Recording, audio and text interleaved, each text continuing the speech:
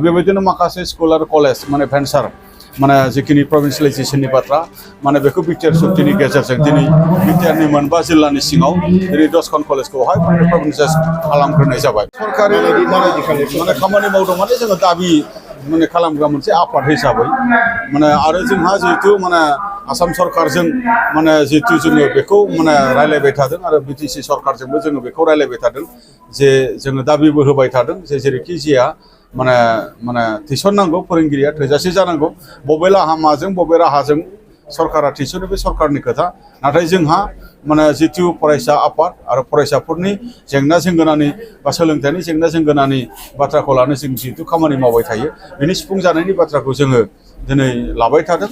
बे बाथ्राखौ जोङो माने जेब्लानो जोङो सावरायनायनि खाबु मोनो बा जेब्लानो समस्याफोरा जोंनि खाथियाव फैयो अब्लानो जोङो सरकारनि खाथियाव दाबि दैखांनाय बा सरकारजों सावरायनाय बाथ्राफोरखौ लानानै जों सुफुंनो नाजाबाय थादों नाथाय दासिमबो सुफुं जाजोबाखै हयथ' बे जेंनाया जेंना हिसाबै थाबाय थानाय नङा फैबाय थानाय समाव सुफुं जागोन जोंहा मिजिं दङ।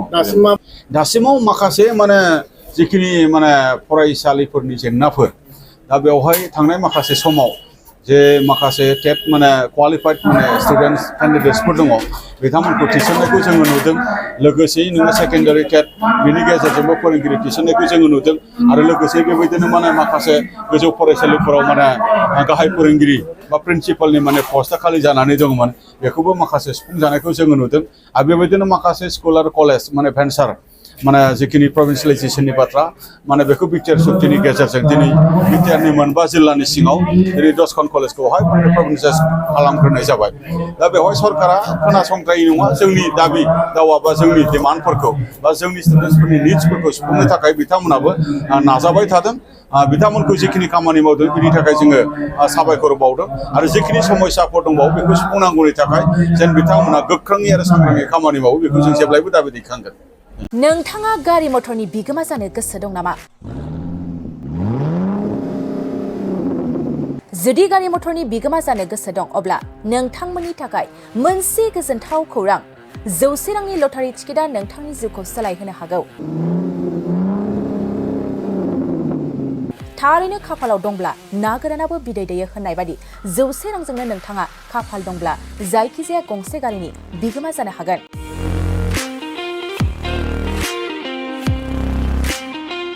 बे समाव नोंथांमोननि थाखाय गवालपारा जिल्लानि सरकारि गोजौसिन गेजेरारि गेलेग्रा फोथाराव लानानै फैदों मोनसे गवालपारा रङाली बिहु हिरक जयन्टेड लटारि खेला।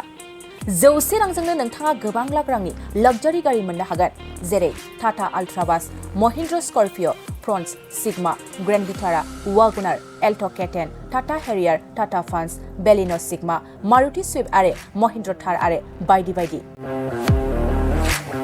बेनिखायनो गोसो गुदुं लटारि गेलेनो मोजां मोनग्रा बिथांमोना गोबाव सम खालामाजासे दानो टिकेट बायना लानो हागोन। लोगोसे बे लटारिनि फिथाइखौ फैगौ 30 जुनाव होनाय जागोन।